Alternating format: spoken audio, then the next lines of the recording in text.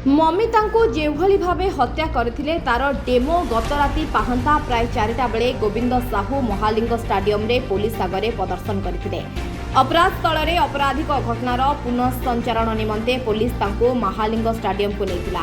ममिता को हत्या करी केमिति गात खोली पोतिथिले से संबंध में प्राय 15 मिनिट धरी गोविंद पुलिस को कहिथिले।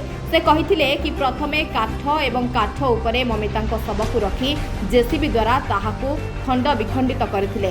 तापरे टायर और केतोटी बेंच को भांगी पोड़ी देथिले। मोबाइल फोन को मध्य भांगी सही जलंता निआरे पकाई देथिले। सूचना अनुसार Uttaranchal police DIG Deepak Kumar, Balangir police SP Nitin कुशल, कलाहांडी पुलिस एसपी दास श्रवण बीके एम को नेतृत्व में एक पुलिस तदंतकारी दल गुरुवार महालिंग गाँव में मध्याह्न प्राय 12टारे पहुंची। महालिंग हाईस्कूल स्टाडियम रे शव को उद्धार होइथिबा स्थान रे पुलिस पक्षरु जेसीबी सहायता पुणी माटी खोला जायतिला।